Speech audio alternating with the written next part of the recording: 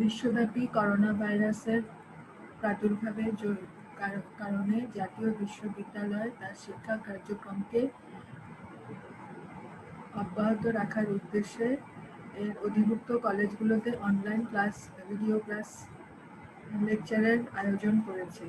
এই আয়োজনেরই এই অংশ হিসেবে আমি শায়লা তাসমিনা মাহবুব লেকচারের আয়োজন করেছে।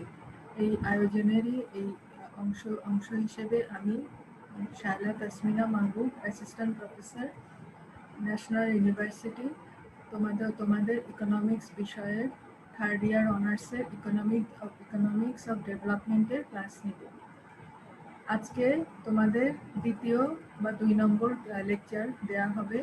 এতে মূলত ডেভেলপমেন্ট ইকোনমিক্স বা উন্নয়ন অর্থনীতিতে যেসব ধারণাগুলো বেশি ব্যবহৃত হয় সেসব ধারণাগুলো নিয়ে আলোচনা করা হবে।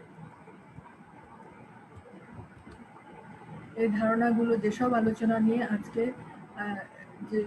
ধারণা নিয়ে আজকে আলোচনা করা হবে সেগুলো হচ্ছে পভার্টি বা দারিদ্র, গ্রোথ বা প্রবৃদ্ধি, ইন্ডাস্ট্রিয়ালাইজেশন বা শিল্পায়ন, হিউম্যান ডেভেলপমেন্ট মানব উন্নয়ন, ডেভেলপিং ইকোনমিক্স উন্নয়নশীল অর্থনীতি, আন্ডার ডেভেলপিং ইকোনমিক্স অনুন্নত অর্থনীতি, ডেভেলপড ইকোনমিক্স উন্নত অর্থনীতি,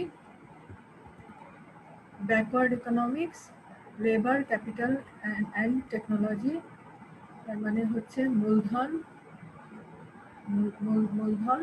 শ্রম এবং টেকনোলজি।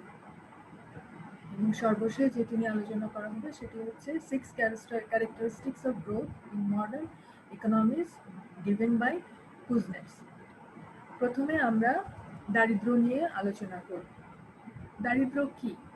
দারিদ্র হচ্ছে এমন একটি অবস্থা যে অবস্থায় একটি মানুষের বা সমাজ বা গোষ্ঠীর আর্থিক সম্পদ বা প্রয়োজনীয় উপাদানসমূহ থাকে না একটা মিনিমাম স্ট্যান্ডার্ড অফ লিভিং বজায় রাখার জন্য।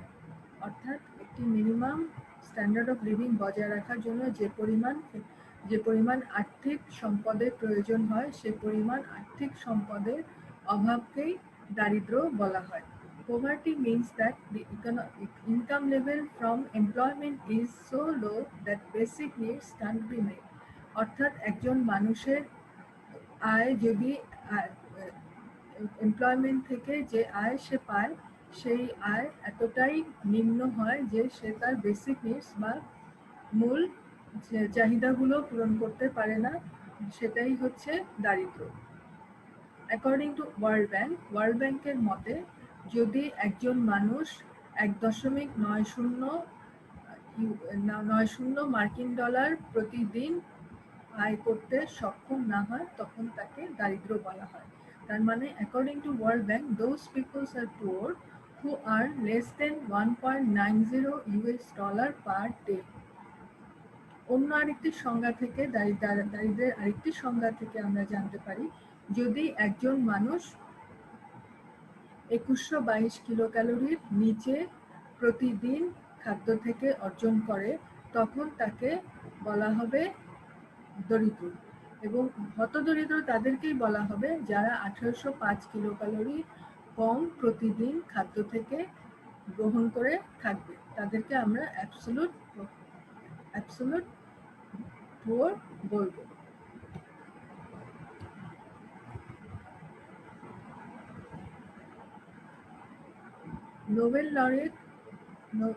নোবেল প্রাইজ বিজয়ী ইকোনমিস্ট অর্থনীতিবিদ অমর্ত্য সেন দারিদ্রকে আবার ভিন্নভাবে সংজ্ঞায়িত করেছেন।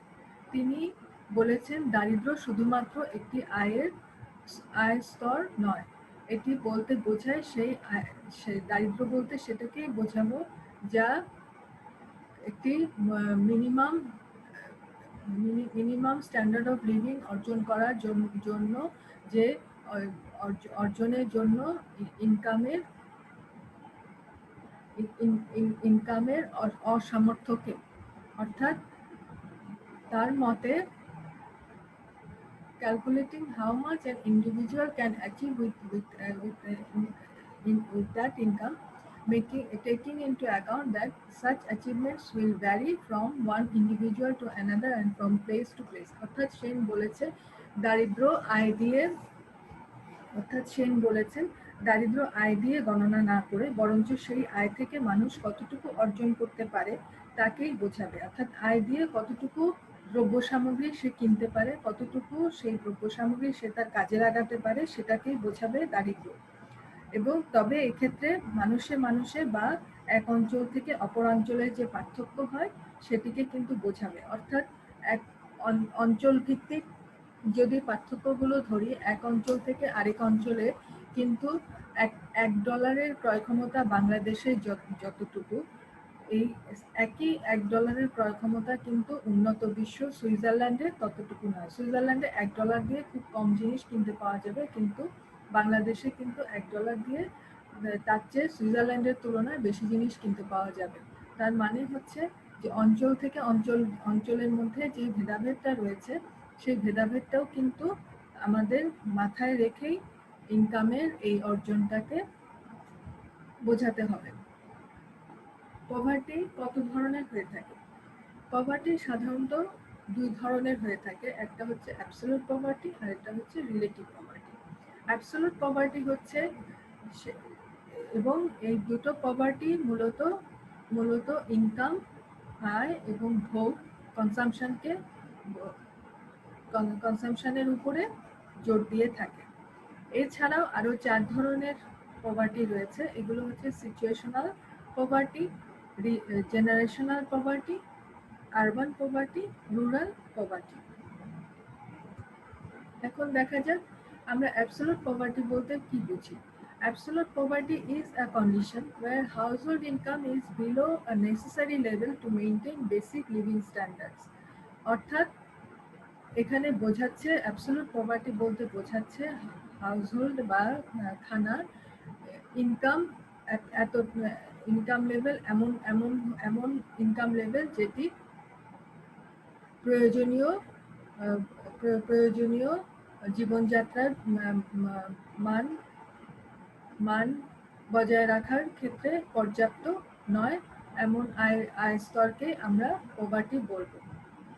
বেসিক লিভিং স্ট্যান্ডার্ডস গুলো হচ্ছে ফুড, শেল্টার, হাউজিং, এডুকেশন, এগুলোকে বোঝাবে। রিলেটিভ পভার্টি হচ্ছে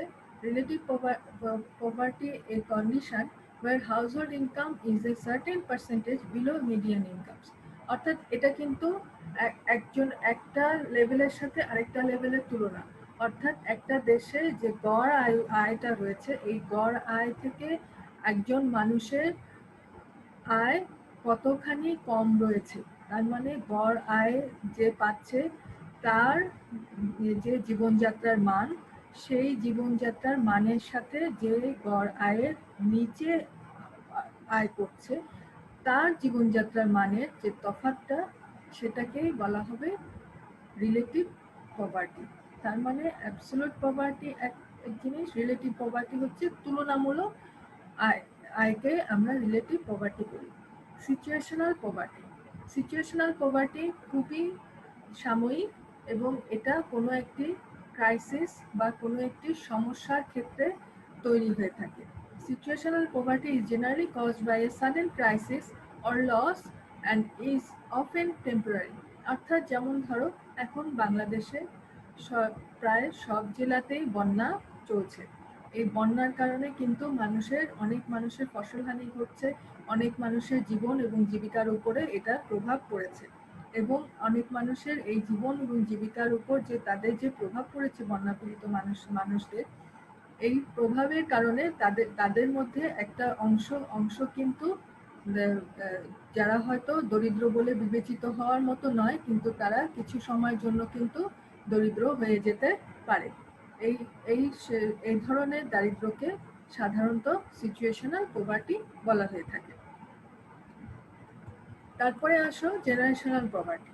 generational poverty is defined as a family live in poverty for at least 2 generation. Generational poverty বলতে বোঝায় এক জেনারেশন থেকে আরেক জেনারেশনে যখন পভার্টিটা বা দারিদ্র ট্রান্সফার হয়, সাধারণত পরপর 2 জেনারেশন যদি দরিদ্র থাকে তখন সেটাকে জেনারেশনাল পভার্টি বলা হয়ে থাকে। জেনারেশনাল পভার্টি কিন্তু 2 এর অধিকও হতে পারে। 2 এর অধিক জেনারেশন ধরেও কিন্তু মানুষ পুয়ার থাকতে পারে।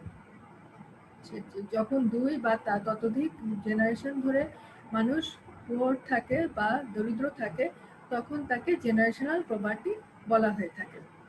Rural poverty, rural poverty refers to poverty in rural areas, অর্থাৎ গ্রামীণ জনগোষ্ঠীর যে দারিদ্র সেই দারিদ্রকে সাধারণত রুরাল পভার্টি বলা হয়ে থাকে। গ্রামীণ দারিদ্র গ্রামীণ সামাজিক অবস্থা, গ্রামীণ অর্থনীতি এবং রাজনৈতিক পরিস্থিতির কারণে সাধারণত এই ধরনের দারিদ্রের জন্ম হয়ে থাকে। Rural poverty is often discussed in conjunction with spatial inequality, which in this context refers to the inequality between urban and rural areas. তোমরা জানো যে গ্রামাঞ্চল এবং শহরাঞ্চলের মধ্যে সুবিধাগত দিক থেকে বা ইনফ্রাস্ট্রাকচার বা অবকাঠামোগত দিক থেকে এবং সুযোগ সুবিধাগত দিক থেকে কিছুটা তফাৎ হয়ে থাকে। এই তফাতের কারণে অনেক সময় শহরাঞ্চলের তুলনায় গ্রামাঞ্চলে দরিদ্র লোকের সংখ্যা বেশি দেখা যেতে পারে। এজন্য রুরাল পভার্টি অনেক সময় আরবান কনটেক্সট থেকেও তুলনামূলক একটা আলোচনা থেকেও করা হয়ে থাকে। আরবান পভার্টি, সারা বিশ্বেই তোমরা জানো যে দ্রুত নগরায়ন ঘটছে এবং এই নগরায়নের কারণে যারা পিছিয়ে পড়ে যায় বা যাদের পিছিয়ে পড়া যে জনগোষ্ঠী থাকে বা লেফট বিহাইন্ড থাকে যারা, তাদের জন্য জীবনযাত্রা ক্রমশ কঠিন হয়ে পড়ে। এই পিছিয়ে পড়া জনগোষ্ঠীর অর্থনৈতিক অবস্থায় সাধারণত আরবান পভার্টিতে আলোচনা করা হয়।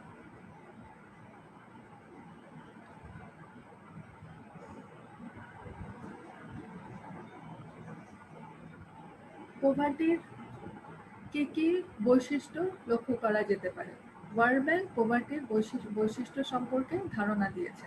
এগুলো হচ্ছে হাঙ্গার বা ক্ষুধা, ল্যাক অফ শেল্টার যদি গৃহায়নের সুবিধা না থাকে, বিইং সিক অসুস্থ থাকা এবং unable to visit a doctor অসুস্থতার জন্য আবার ডাক্তারের কাছে যেতে অসমর্থ হওয়া, আনএবল টু গো টু স্কুলে যেতে সমর্থ না হওয়া, লিটারেসি অর্থাৎ জ্ঞানহীনতা বা অশিক্ষা, জবলেসনেস অর্থাৎ চাকুরি না থাকা, ফিয়ার ফর দি ফিউচার ভবিষ্যৎ ভীতি, losing a child due to illness brought about by unclean water অর্থাৎ দূষিত পানি পান করে শিশু মৃত্যু,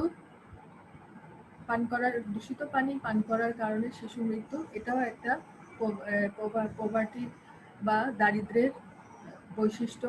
পাওয়ারলেসনেস ক্ষমতাহীনতা এবং একই সাথে প্রতিনিধিত্বশীলতা এবং স্বাধীনতার অভাবকে বিশ্ব ব্যাংকের মতে বলা হয়ে থাকে পভার্টি বা দারিদ্রের ক্যারেক্টারিস্টিক্স বা বৈশিষ্ট্য। পভার্টি কেন হয়?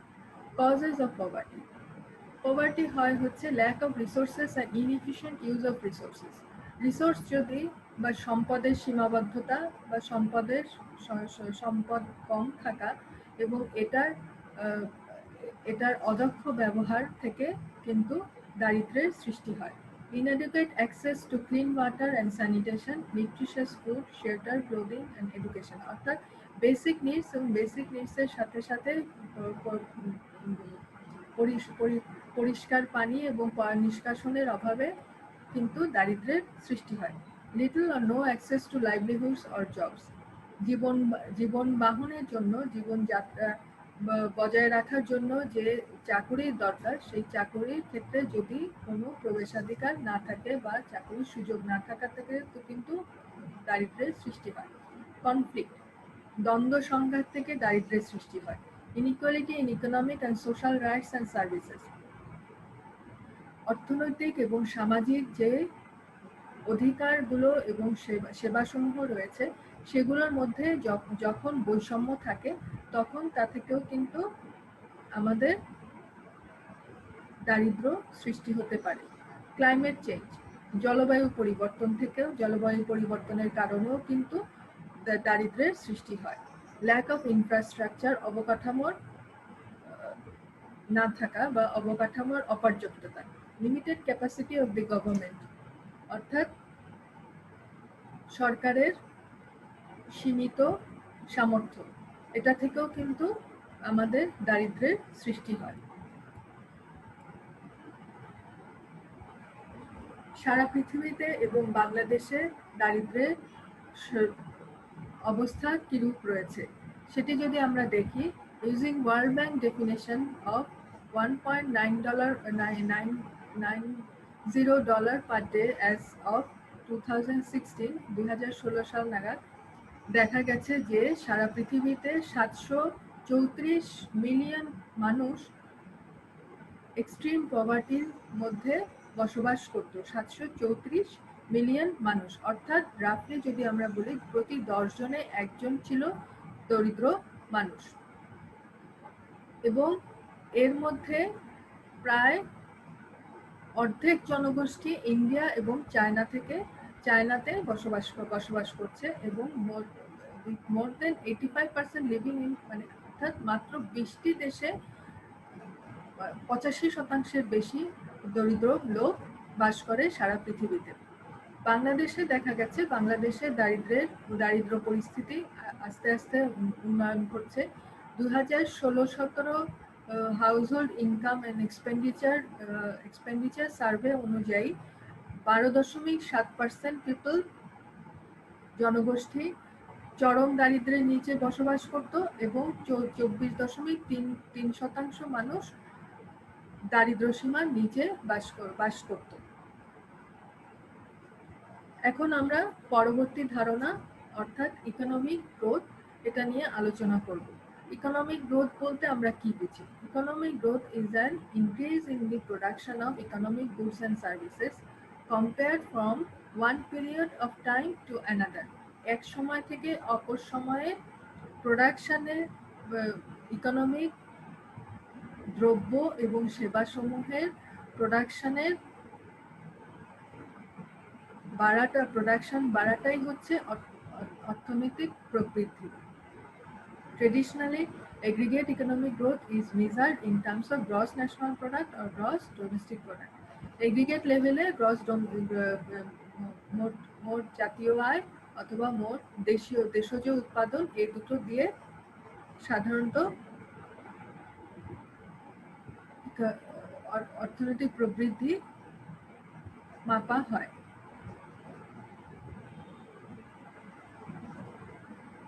নোবেল প্রাইজ উইনার পল রোমার ছিলেন অর্থনৈতিক প্রবৃদ্ধির ধারণাটির প্রবক্তা।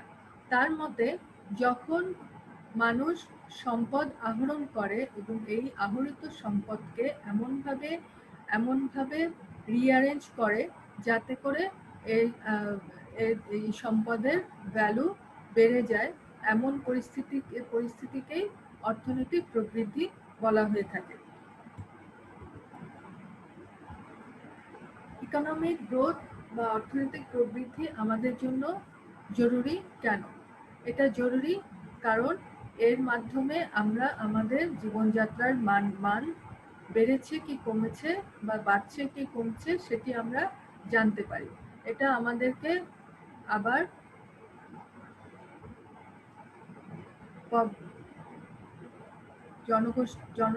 জনগোষ্ঠীর বৃদ্ধি without having to lower our standard of living, মানে জনসংখ্যার বৃদ্ধিকে বোঝায় কিন্তু স্ট্যান্ডার্ড অফ লিভিংকে না কমিয়ে, এটাও কিন্তু অর্থনৈতিক প্রবৃদ্ধি আমাদের জন্য জরুরি বিষয়, সেটি বোঝা যায়। গ্রোথের ক্যারেক্টারিস্টিক্স কি আছে, গ্রোথের বৈশিষ্ট্য কি কি? High rates of growth per capita output and population, মানে হচ্ছে যে মাথাপিছু উৎপাদনের পরিমাণ বাড়বে এবং পপুলেশন বা জনগোষ্ঠীর পরিমাণও বাড়বে।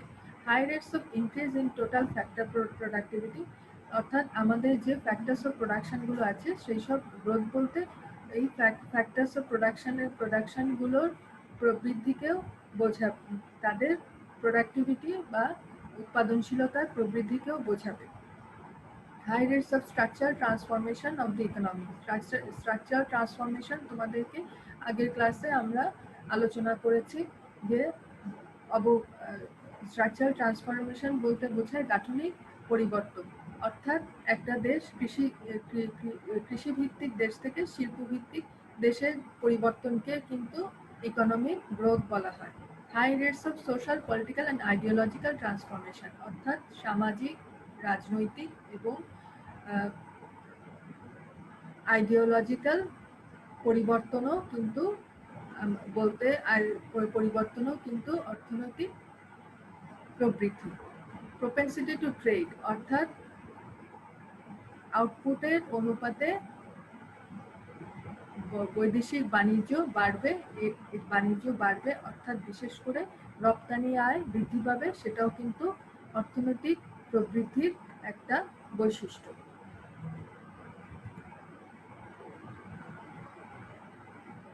Factors of economic growth only comes from increasing the quality and quantity of factors of production, which consist of four broad types: land, labor, capital and entrepreneurship. অর্থাৎ অর্থনৈতিক প্রবৃদ্ধির ক্ষেত্রে যে বিষয়গুলো আসে তা হচ্ছে ফ্যাক্টরস অফ প্রোডাকশন যেগুলো আছে, অর্থাৎ আমাদের চারটি factors of production, land, labour, capital এবং এন্টারপ্রেনিয়রশিপ, এগুলোর পরিমাণ এবং গুণগত মানের বৃদ্ধিটার কারণে কিন্তু অর্থনৈতিক প্রবৃদ্ধি ঘটে।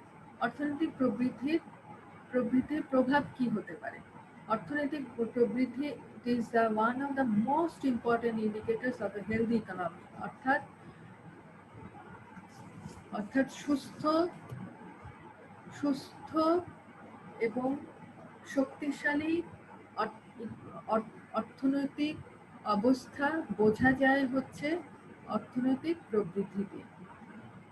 One of the biggest impacts in long-term growth of a country is that it has a positive impact on national income and the level of employment, which increases the standard of living. অর্থনৈতিক প্রবৃদ্ধির সবচেয়ে বড় যে প্রভাব রয়েছে সেটি হচ্ছে এটি জাতীয় আয় বাড়ায় এবং এমপ্লয়মেন্ট বাড়ায় এবং এর ফলে টোটাল এফেক্টটা যে পড়ে আমাদের স্ট্যান্ডার্ড অফ লিভিং এর উপর, জীবনযাত্রার মানের উপর। অর্থাৎ অর্থনৈতিক প্রবৃদ্ধি যদি ঘটে তাহলে আমাদের জীবনযাত্রার মানও বৃদ্ধি পায় এবং এটাই হচ্ছে অর্থনৈতিক প্রবৃদ্ধির একটি গুরুত্বপূর্ণ প্রভাব।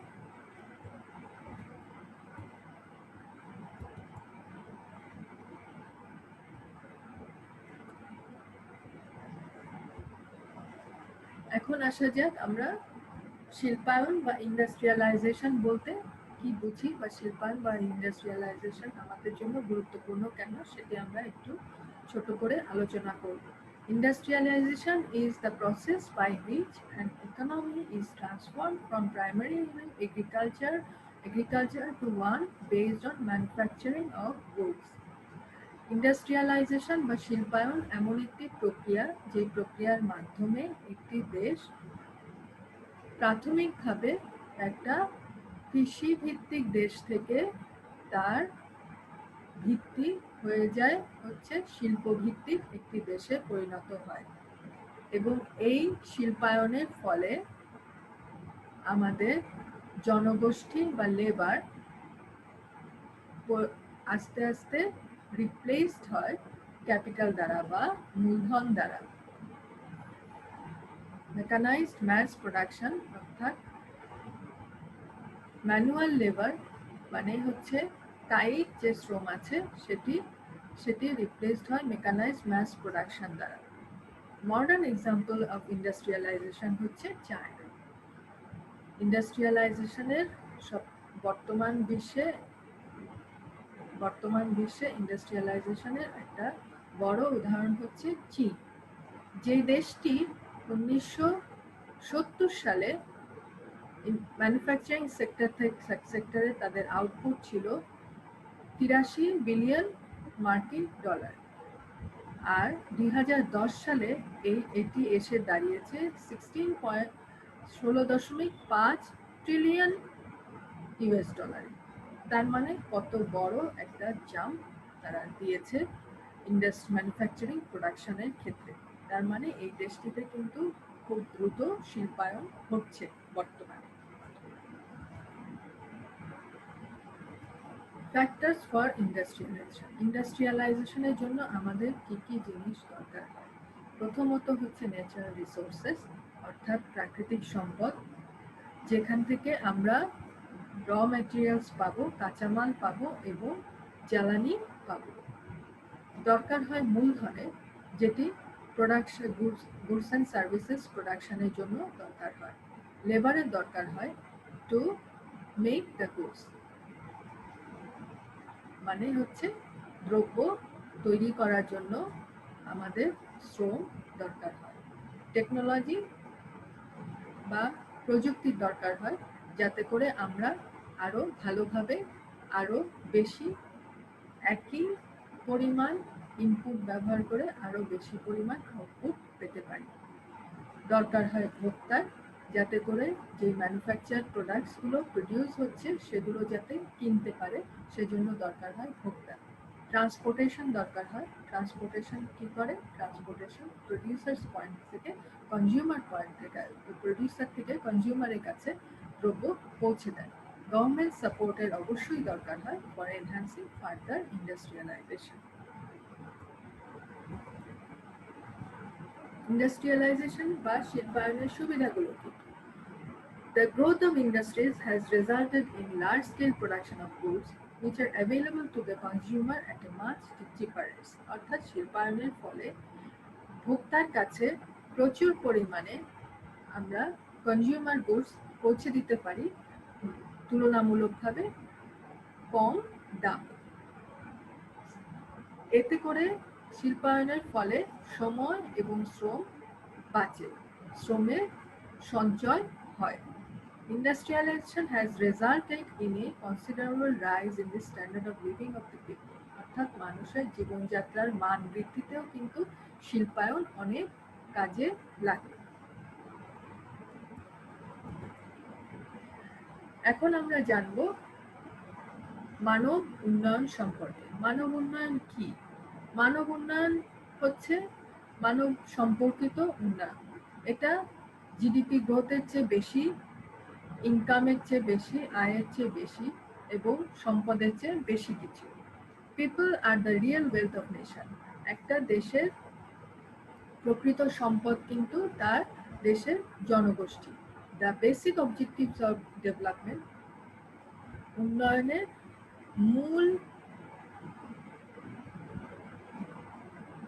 মূল অবজেক্টিভ হচ্ছে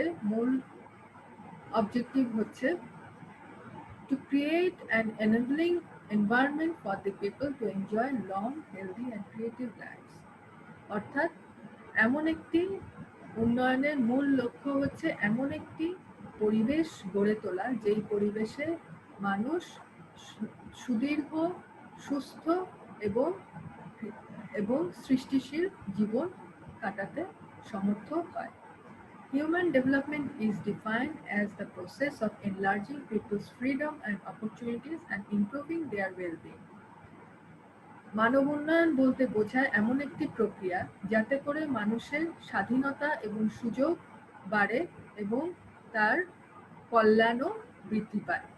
Human development is about the real freedom ordinary people have to decide who to be, what to do and how to live. অর্থাৎ সাধারণ মানুষ কিভাবে সে বাঁচবে, কি করবে, কিভাবে কি সে হবে, সেই সিদ্ধান্তটা যাতে নিতে পারে, সেটাই হচ্ছে মানব উন্নয়ন।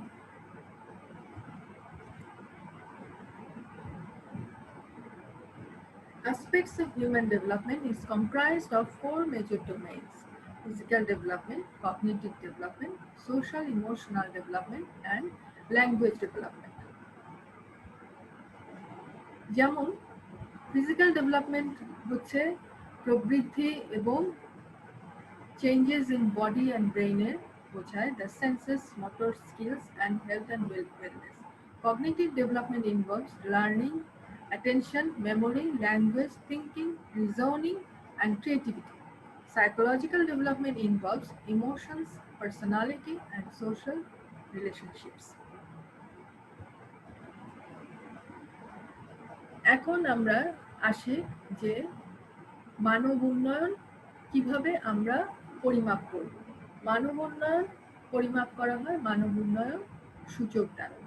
মানব উন্নয়ন সূচক capture 3 key dimensions of human development. মানব উন্নয়ন 3টা ডিমেনশনের উপরে নির্ভর করে। A long and healthy life, সুদীর্ঘ এবং সুস্থ জীবন, access to knowledge, জ্ঞানের প্রবেশাধিকার, জ্ঞানের প্রতি প্রবেশাধিকার, and a decent standard of living, এবং একটি সুন্দর মর্যাদাশীল জীবনযাত্রার মান। Human Development Index utilizes 3 key matrices. এই ম্যাট্রিক্সগুলো কি কি? লাইফ এক্সপেক্টেন্সি অ্যাট বার্থ, অর্থাৎ জন্মের সময় বেঁচে থাকার life expectancy at birth. To assess long and healthy লাইফকে করার জন্য এটি ব্যবহার করা হয়। Literacy rate to assess knowledge and per capita income to assess standard of living. বাংলাদেশের এইচডিআই ভ্যালু কত আছে?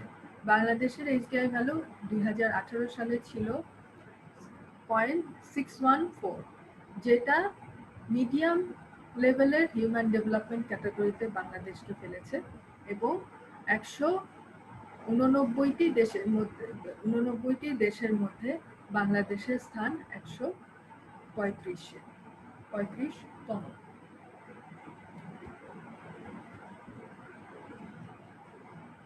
ডেভেলপিং অ্যান্ড আন্ডারডেভেলপড ইকোনমিক্স বলতে আমরা কি বুঝি? A developing economy is called a less developed economy or underdeveloped economy. Is a nation with an underdeveloped industrial base, low income and low human development index. Developing country উন্নয়নশীল দেশ বা স্বল্পোন্নত দেশ বা অনুন্নত দেশ বলতে তাদেরকেই বোঝায় যার শিল্পায়নের ভিত্তিটি অনুন্নত, ইনকাম নিম্ন ইনকাম এবং নিম্ন মানব উন্নয়ন ইন্ডেক্স রয়েছে আদার অন্যান্য অঞ্চলের তুলনায়, তাকেই আমরা ডেভেলপিং বা আন্ডারডেভেলপড ইকোনমিক্স বলে থাকি। সারা পৃথিবীতে যাদের মোট জাতীয় আয় $11,905 নিচে, তাদেরকেই সাধারণত ডেভেলপিং কান্ট্রি বলা হয়ে থাকে ওয়ার্ল্ড ব্যাংকের ক্যাটাগরি অনুযায়ী। এরকম 137টি দেশ রয়েছে ডেভেলপিং আর লেস ডেভেলপ কান্ট্রি ক্যাটাগরিতে। ডেভেলপড কান্ট্রিজ, উন্নত বিশ্ব বলতে আমরা উন্নত বিশ্ব হচ্ছে সেগুলি যাদের ইন্ডাস্ট্রিয়াল বেস বা শিল্পায়নের ভিত্তি অনেক বেশি দৃঢ় এবং সমৃদ্ধ, এবং যাদের আয় অনেক উচ্চ আয়, এবং যাদের মানব উন্নয়ন ইন্ডেক্স যেটা রয়েছে সেটিও অনেক high relative to other countries, অন্যান্য দেশের তুলনায়। উন্নত বিশ্ব কোন কোন দেশ?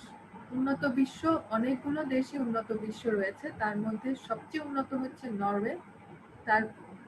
এছাড়াও উন্নত বিশ্বের মধ্যে রয়েছে Sweden, USA, Germany, Japan, Switzerland, ইউরোপের ফ্রান্স, কানাডা, ব্রিটেন। এসব দেশগুলো উন্নত বিশ্ব বলে পরিচিত। ইন্টারন্যাশনাল মনিটারি ফান্ড বা IMF এর মত অনুযায়ী উন্নত বিশ্বের দেশের সংখ্যা 39। এছাড়া OECD ভুক্ত 37টি দেশও উন্নত বিশ্ব বলে পরিচিত। ওয়ার্ল্ড ব্যাংকের সংজ্ঞা অনুযায়ী 81টি হাই ইনকাম দেশ সারা পৃথিবীতে রয়েছে। ব্যাকওয়ার্ড ইকোনমি, পিছিয়ে থাকা অর্থনীতি কোনগুলো? A backward economy or society does not have modern industries and machines. They use primitive technology for production. Their per capita income is low. Backward economy বলতে সেই সব দেশকে বোঝাবো যেখানে খুব আধুনিক শিল্প কলকারখানা দেখতে পাওয়া যায় না এবং সেখানে আধুনিক মেশিনারিজও ব্যবহার করা হয় না উৎপাদনের জন্য। উৎপাদনের ক্ষেত্রে এরা মূলত প্রাচীন প্রাচীন প্রযুক্তি ব্যবহার করে থাকে এবং এদের পার ক্যাপিটা ইনকাম বা মাথাপিছু আয় খুব নিচে হয়। সারা বিশ্বে 25টি এরকম দেশ রয়েছে যাদের ইকোনমি ব্যাকওয়ার্ড ইকোনমি হিসেবে পরিচিত। এরকম কয়েকটি দেশ রয়েছে, যেমন ধরো Central African Republic, Democratic Republic of Congo, Malawi, Liberia, Burundi, Niger. এগুলো হচ্ছে কয়েকটি উদাহরণ ওই 25টি দেশের মধ্যে যেগুলোর পার ক্যাপিটা ইনকাম খুবই লো এবং এরা ব্যাকওয়ার্ড ইকোনমি হিসেবে পরিচিত।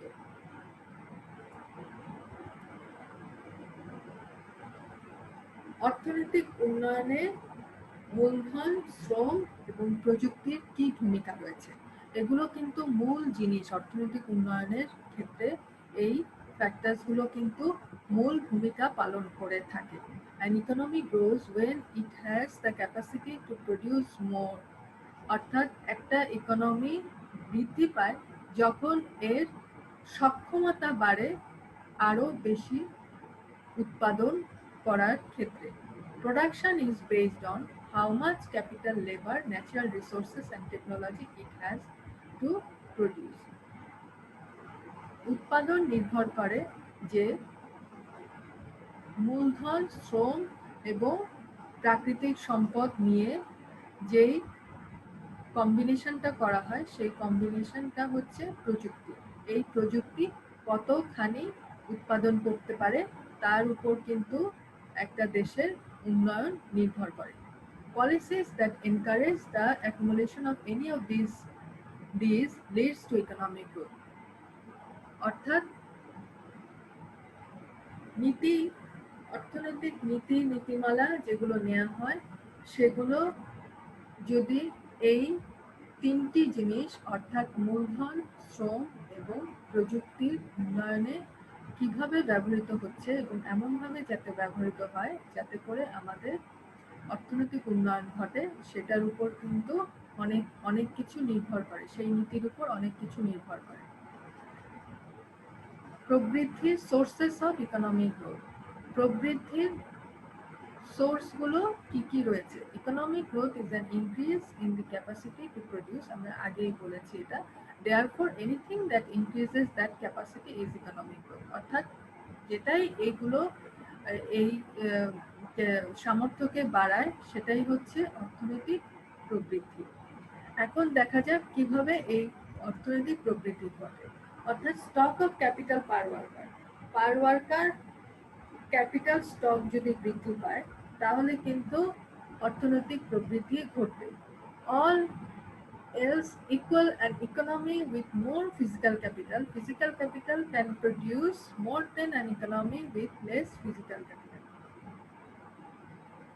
Because savings and investment add to the stock of capital, more investment in capital leads to more economic growth. এই শেষের কথাটাই হচ্ছে জরুরি বিষয়, সেটা হচ্ছে যত বেশি ক্যাপিটাল স্টক বাড়বে অর্থনৈতিক প্রবৃদ্ধিও তত বেশি বাড়বে। তার মানে হচ্ছে অর্থনৈতিক প্রবৃদ্ধি কিসের উপর নির্ভর করে? অর্থনৈতিক প্রবৃদ্ধি অনেকাংশে নির্ভর করে মূলধনের সামর্থ্য বাড়ার উপর, মূলধনের পরিমাণ বাড়ার উপর। শুধু মূলধনই নয়, এর সাথে শ্রমেরও দরকার হয়, কারণ আমরা জানি মূলধন, শ্রম এগুলো হচ্ছে এক একটা ফ্যাক্টরস অফ প্রোডাকশন এবং ফ্যাক্টরস অফ প্রোডাকশনগুলো কখনোই নিজেরা একা কোনো কিছু প্রডিউস করতে পারে না। মূলধন তখনই কোনো কিছু প্রডিউস করার ক্ষেত্রে ভূমিকা রাখতে পারবে যখন এর সাথে লেবার অ্যাড করা হবে। As long as the capital per worker does not decrease, তার মানে ক্যাপিটাল পার ওয়ার্কার যতক্ষণ পর্যন্ত না কমবে ততক্ষণ পর্যন্ত নতুন নতুন লেবার বা যত আমরা লেবার বা শ্রম অ্যাড করব, শ্রমের উৎপাদনশীলতা তত বাড়বে এবং তত বেশি ইকোনমিক গ্রোথ হবে। যতক্ষণ পর্যন্ত পার ক্যাপিটা মূলধনের পরিমাণ না কমবে ততক্ষণ পর্যন্ত নতুন ক্রমশ শ্রমের পরিমাণ বাড়ালে আমাদের ইকোনমিক গ্রোথও বাড়বে। থার্ড যে ইম্পর্টেন্ট ফ্যাক্টরটা রয়েছে তা হচ্ছে টেকনোলজি হচ্ছে combination of factors of production. কি কম্বিনেশনে আমি ফ্যাক্টরস অফ প্রোডাকশন গুলোকে ব্যবহার করছি তার উপর নির্ভর করে প্রযুক্তিটা।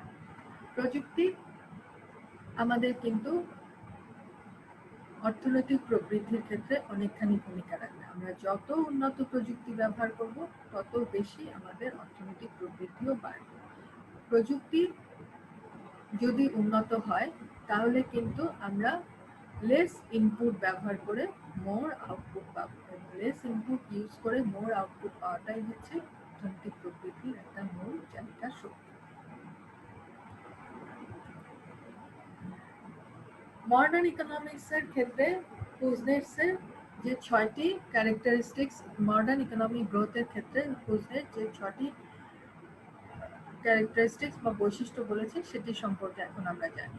Professor Simon Kuznets Nobel prize winner of 1971 তিনি নোবেল প্রাইজ পেয়েছিলেন এবং তার পায়োনিয়ারিং ওয়ার্ক হচ্ছে measurement and analysis of economic growth. Economic growth কিভাবে পরিমাপ করা যায় এবং কিভাবে এটাকে আমরা ব্যাখ্যা করতে পারি সেটাই কিন্তু সেইটার জন্যই স্যামন কুজনেটস তার নোবেল প্রাইজটা পেয়েছিলেন, সেই বিষয়ে কাজ করার জন্য।